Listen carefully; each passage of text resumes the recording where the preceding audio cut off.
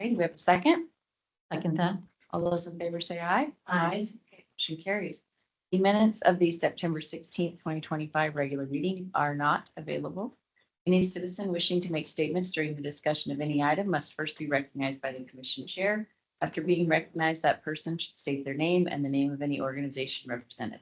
Statements should be limited to 5 minutes. Please silence all phones and electronic devices. Recording the meeting is allowed, and the commission requests anyone using special recording equipment be seated in the back row to avoid creating a distraction during that meeting.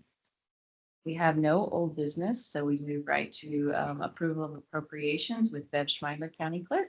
Good morning, Commissioners. Morning. This morning we have our regular accounts payable register for September 9th, 2025, and September 23rd, 2025. Just ask for approval.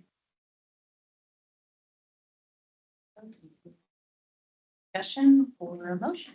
Madam Chair, I move to approve appropriations for the period of September 9th, 2025 to September 23rd, 2025. Authorize the chairman to sign on behalf of the commission. Second, I'll second it. all those in favor say aye. Aye. Okay, motion carries.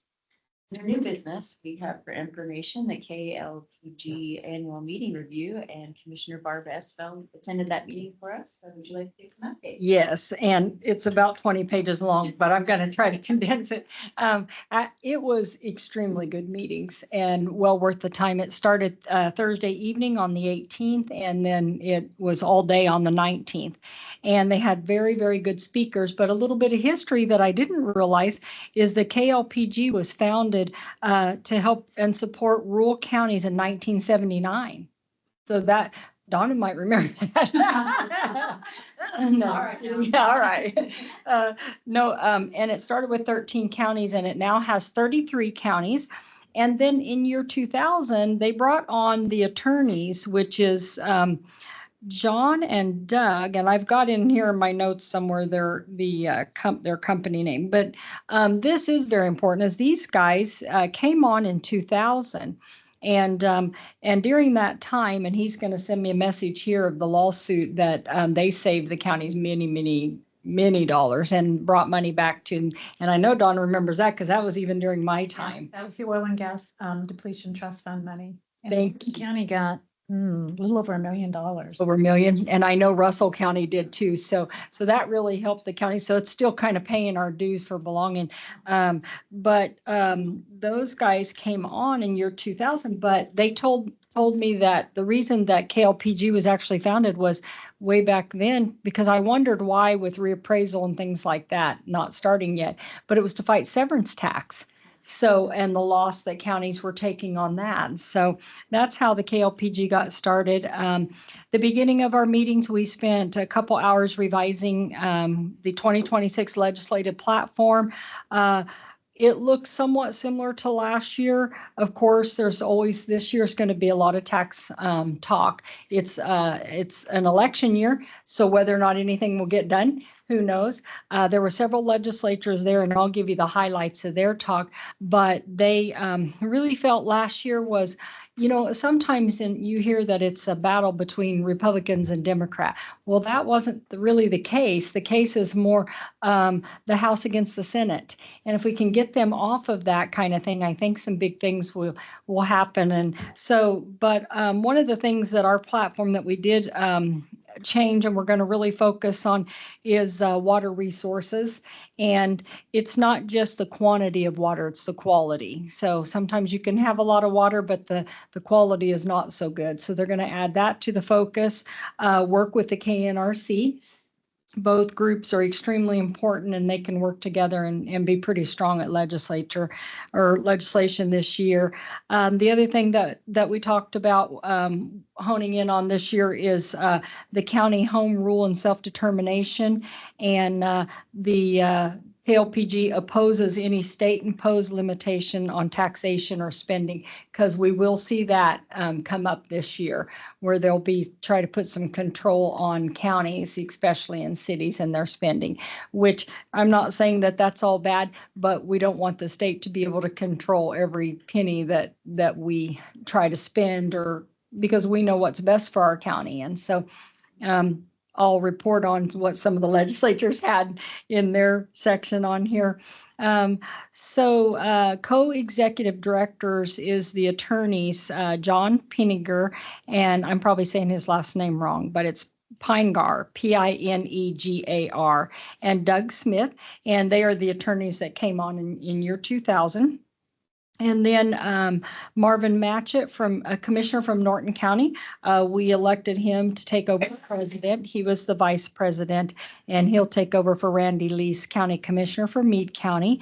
Every Friday during session at 8:30 a.m., John and Doug do a show that you can conference in on and listen, and they do an update on legislation. And they are more than happy to take phone calls or emails if we have concerns that they will address every Friday and that they will address there. So they're working for us. So I've tried to get in on those. I miss more than I would like, but they are good if you can't get in on them.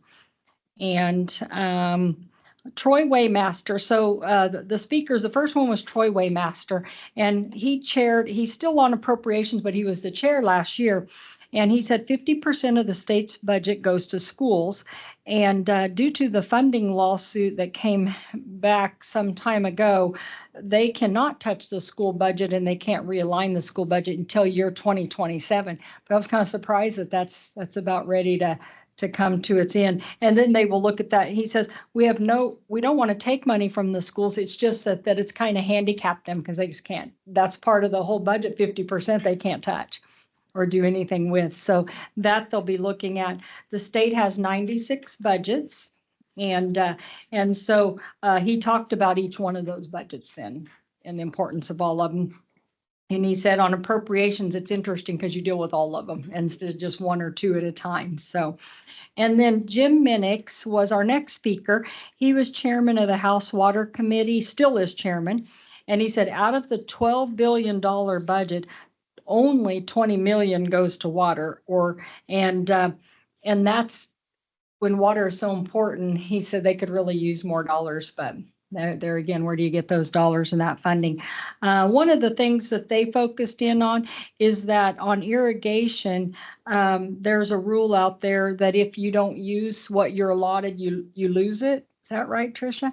I didn't realize that. And so he said they're going to try to get rid of that because there are people out there that don't need that water, but they don't want to lose it. And so they're forced to go ahead and use it up somehow. And so they're going to focus on that. And Jim also stressed that being election year, he knows the focus will be on property tax and doesn't know really how much will get done there. But then they had Reed Petty. He is the district director for Senator Moran. He was there and he spent a lot of time talking about the big, beautiful bill. The takeaways that I brought back for you guys on that will cost $3 trillion over the next 10 years. And some of the parts of that, $1 billion is set aside for rural hospitals, which will affect us. The average family will save about $2,400 in this bill. And we've heard that there was going to be no tax on tips. And well, as far as the federal government goes, this is not statewide, but that's up to $25,000. So if you make more than $25,000, you'll pay. And then overtime is not taxed up to $12,500. Then it will be taxed after that, at least from the federal government side. And then we had a Corey Davis from the Kansas Department of Transportation talk. And this is very interesting. There was a few commissioners that weren't really excited about this, but they are looking at putting a cable in the ground on interstates. And it's for safety. It's part of the safety plan. It will detect alerts for if somebody's going the wrong way or their speed is out of control. It will even track excessive wind. And then we can put on our phones a Can Drive alert system that will let us know, hey, you're on this I-70 or whatever, and there's a car coming the wrong way. Or the winds are so high that as like the big accident that happened over by Colby and that sort of thing. So, but these guys didn't really like, some of them were like, is that government reaching into, we can't speed, or they'll come back and give us a ticket or that sort of thing. So he assured us that at least that's not the plan right now. The plan was to It's for safety. And there'll be a couple substations, but they'll start out smaller and see how it goes. And if they really feel like it saves lives or can prove that it's really helpful, then they'll go farther on that. And then big speakers that I knew was going to take a lot of time. We were there a lot longer than we thought, but there was a lot of questions. So Bob Kent from Property Valuation Department took over as the new director. And his wife, Lynn Kent, is an assistant. They've both worked for the director and property valuation department since I started in reappraisal. And they talked about a lot of the changes and just kind of to recap some of them that are new for us. Of course, I know Bev's really excited about the October 1st filing to the clerk's office for the different entities. They did talk about if they do not file on time, use last year's. Those rules were changed, but then they talked about that we have to certify to the treasurer or the clerk does by December 1st. And which is good because, or no, let me rephrase that. The treasurer has to have tax statements out, right? By December 1st, is that right? Okay, that's what they said too. And it is good because, on the 15th or when our taxes are due, it doesn't give people a lot of time. The problem is even Lynn Kent said that these changes are going to be very, very difficult for all departments to abide by, but it's to help the taxpayers. And so give them more notice before they have to pay their tax bills. And she talked about Senate Bill 35. The state took their 1.5 mills away, so they won't be charging that. And then when we're talking about taxes, she spent a lot of time talking about taxes and where all the tax dollars come from and how they're broken down. And then here we're concerned about property taxes being too high for seniors and residential and commercial businesses. Yet House Bill 2231 exempted this past year ATVs, golf carts, off-road bikes, snowmobiles, trailers that weigh less than 15,000 pounds, finished taking off watercraft. And we wonder why there's a shift. It's a step in the wrong direction. Right. Big step. And how did that happen when they were going to, nobody knew. That was asked by a lot of commissioners. How on earth did that happen? And nobody really knew how that one got passed. But we've got to stop the state from taking off things. They've done it for years, Donna, and I could sit here and talk for hours and hours on the things that were exempted. When I started, restaurants and bars or businesses paid on the TV that was on the wall, the pool table. I mean, everything was machinery and equipment. Yep. Airplanes and Airplanes, boats were 33%. Either you could afford it or you didn't have one. Now they're nothing. So some of these luxury items and things like that. So over the years, we've just shifted the burden. Now, if you want, and anybody can go out to it on Property Valuation Department's website, there are the graphs and the charts that we sent out this year. And you can pull up, clear up to July 2025, you can pull up what it looks like for Barton County. And you can look through the whole state and it will break down how many tax dollars are going to ag versus commercial versus residential, oil and gas. And so I wanted to have some of those charts for you today, and they emailed them to me this morning, so I didn't have some of them, but it's not that hard to go out there and even me, who's computer illiterate pretty much, can find them. So they're really interesting to look at. And then, and to let you know that when you do go out there, there's data from 1994 clear on up to the July 2025. And then our next speaker was Adam Smith. Adam's always very entertaining. He chairs the House of he's the chair of the House Taxation Committee, and he gave us a history lesson on taxation, which was very interesting. And he did remind us that there is the exemption out there that a lot of people, it's kind of just slid under the radar, but it used to be that if you had a $20,000 house or more, it started out $46 was taken off your taxes. And that came into play years and years ago. I believe it was 2006, if I remember right. Well, now, if your property appraises 75,000 or more, when you look at your tax bill, you'll actually see a minus. And it always says SG for and I always thought it was school general, but it's state exemption. And it's a minus $172.50. They're going to work to keep that on there. Even though a lot of people don't realize it's there, it is a savings for us. And he said that the big thing, and I knew this, and I know I mentioned this to you guys, the Senate wanted to cap assess values. They knew that they couldn't go after appraised values. So they said, well, we'll cap assess values at 3%. But they wanted to go back and take our valuations back in time to year 2022 before COVID and freeze our values there and then just cap it. It couldn't go up more than 3%. Well, that sounds like a great way to solve problems, but it's not, because then everything will be so inequitable as to what people should be paying. And that's why reappraisal was brought into place, was to make taxes more fair and equitable. The House didn't like that at all. They said this is not fair and equitable. They tried to come up with some other plans, but neither side could make a decision. And he said that if we was to do that and go back and do that, there will be a 30 mil increase. That's what it would cost to do that sort of thing. And I don't know how that would roll down for each county, but I know it's probably not very pretty. So that's what Adam did some math there. He said that the House would consider a 6-year rolling average. They looked at, instead of just capping it or going back to 2022, they possibly looked at some rolling averages. And so we may see some more talk on that. The House liked that idea, and it was a no vote by the Senate.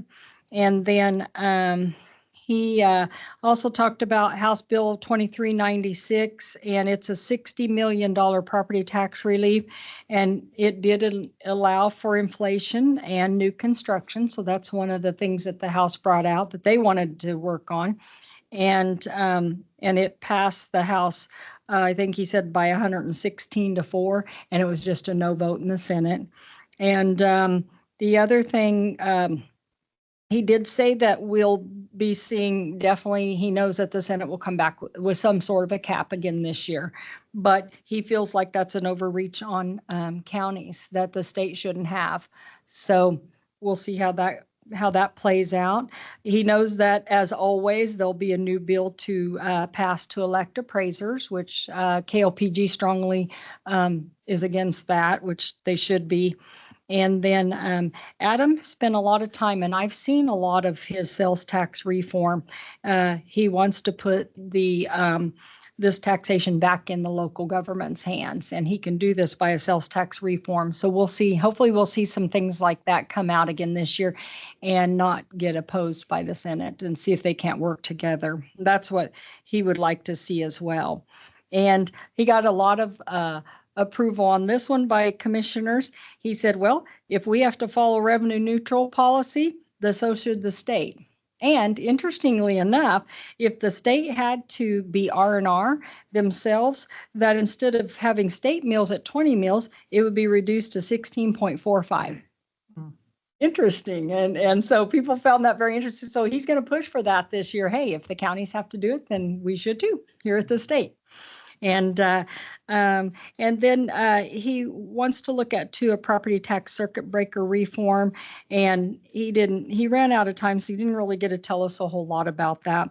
But he did say that they also looking at a reinstatement of a depletion fund for oil and gas counties, because when you go out and look at those charts that I was telling you about, it used to be, if you go clear back, you'll see that oil and gas pay for a lot of our property taxes.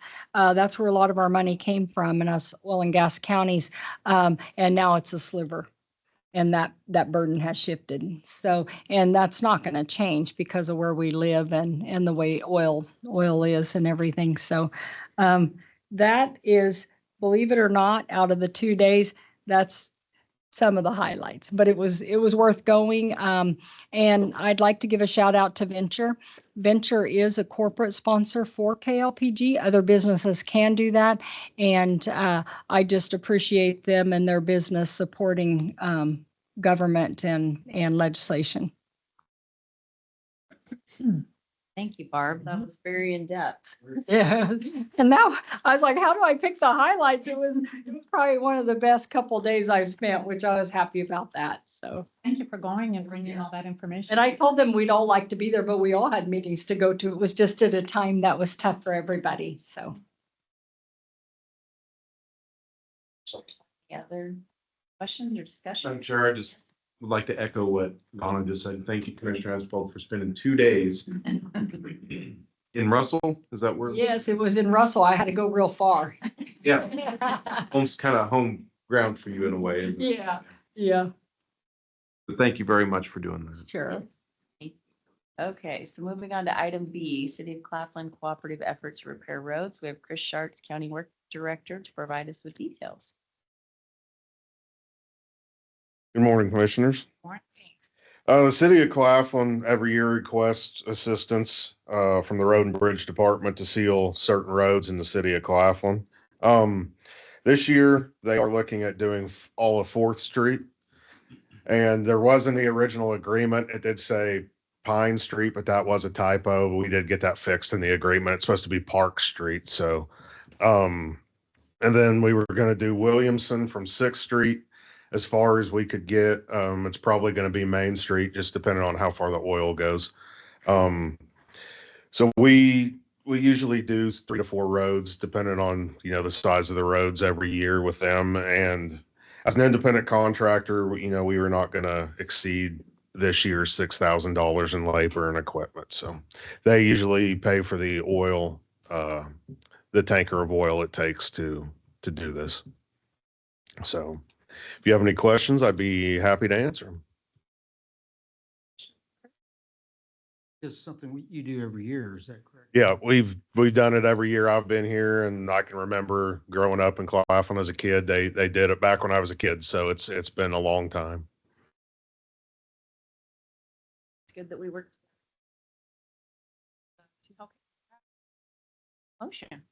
Madam Chair, I would like to make the motion to move to authorize the Road and Bridge Department to assist the city of Claflin in sealing certain city streets under a signed agreement. Direct the commission chairman to sign the agreement on behalf of the county. Second. That. All in favor, say aye. Aye. Okay, motion carries. Thank you. Thanks, Chris. Okay, item C, resolution 2025-15, designation of Casey Hubbard, Assistant Administrator / Human Resource Director as Barton County's Capers Agent. And Matt Potsner to provide details. Morning, Commissioners. So this is just kind of some more housekeeping, but the Kansas Public Employees Retirement Act of 1961 provides in KSA 74-4902 for the designation of an agent for each participating employer through whom system transactions and communications are directed. In addition, this agent acts as a local contact for employees for retirement system information, transaction forms, and publications. The proposed resolution names Casey Hubbard, Assistant Administrator / Human Resources Director, as the agent, with me remaining as the additional signer. So we just ask you to consider adopting this resolution today. Madam Chair. This is the current designated agent. Is that you? Right now, it's me.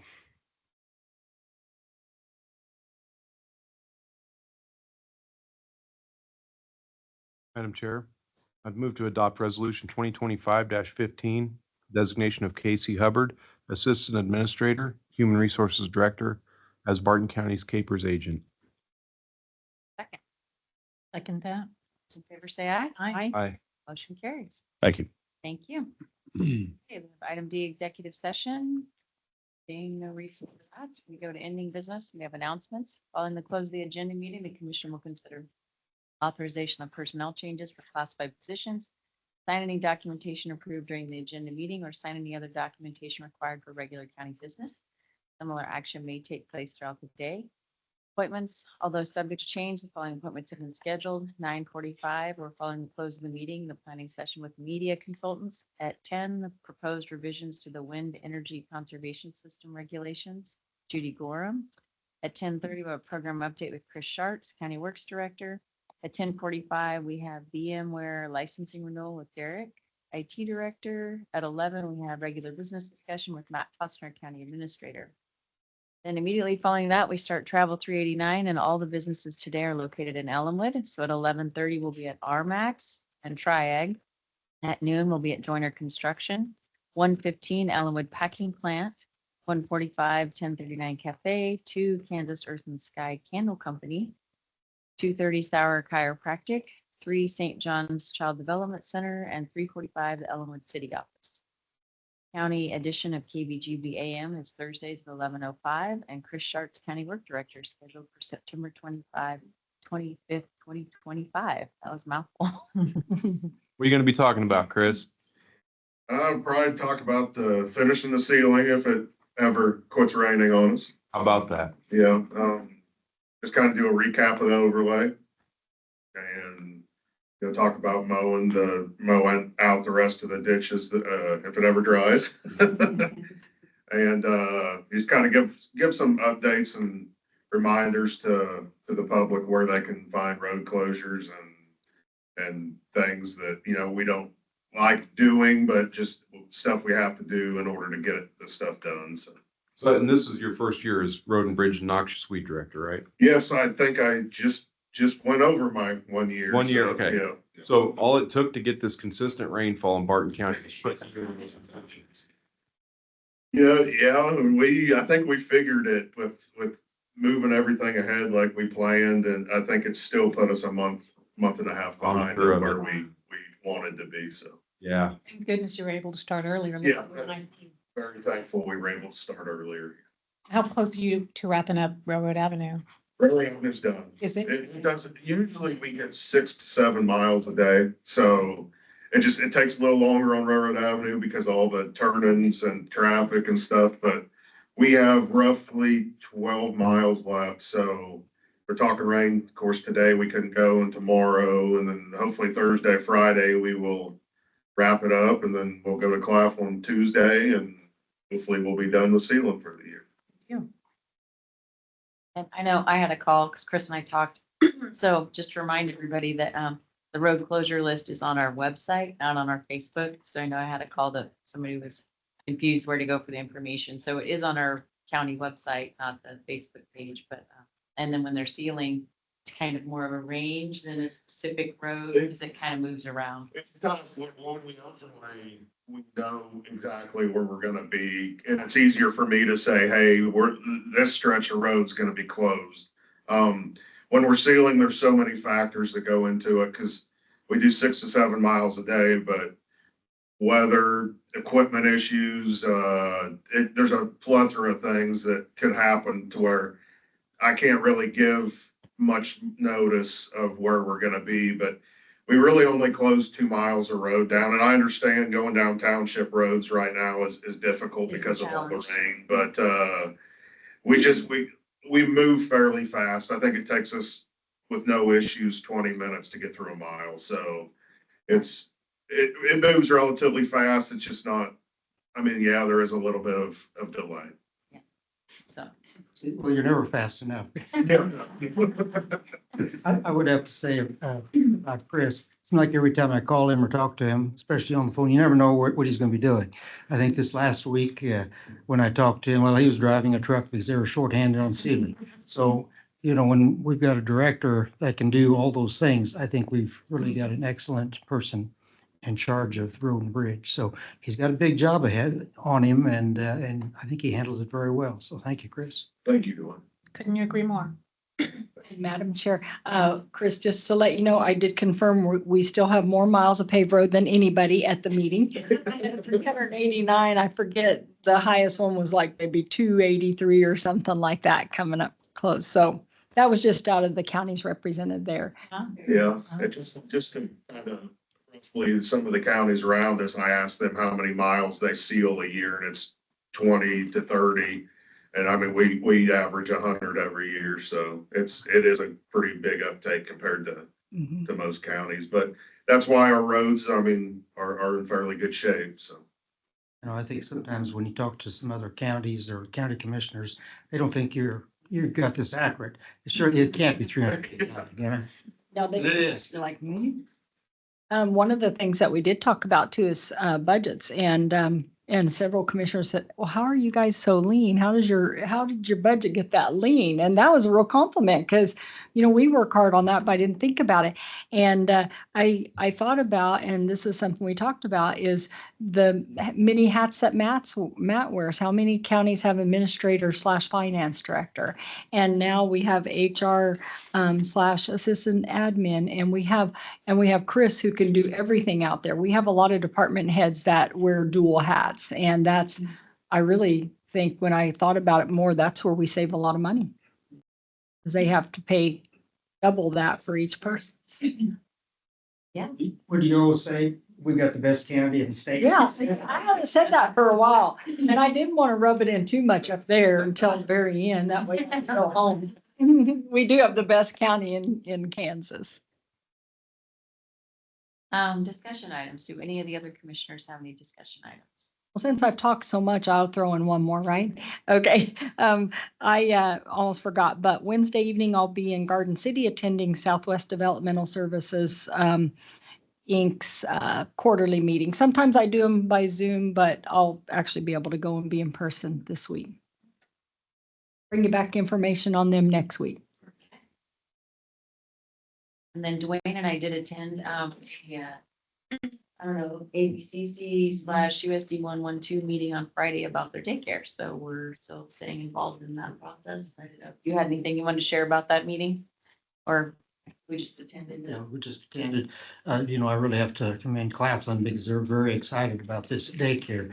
I've never been to, or you don't go to very many meetings when you've got so much enthusiasm. And you could really see the enthusiasm there, and they're going to get it done one way or another. And they're definitely going to get it done. And so, I agree. and yeah, just watch it happen. Yes, so they have some looming deadlines there under. They do. They're confident they can make them, so, Yep. yes. Okay, citizens or organization may present proposals at this time. See those. Commissioners are available to the public on Tuesdays during regular business hours. One or more commissioners may be present in the commission chambers conducting county business throughout the day on Tuesdays, and commissioners may individually schedule personal appointments related to county business at their discretion. And the next regular meeting will be at 9 a.m. Tuesday, September 30th, 2025. There's nothing else. I would take a motion to adjourn. So move. Second. Second. All those in favor say aye. Aye. Okay, we are adjourned.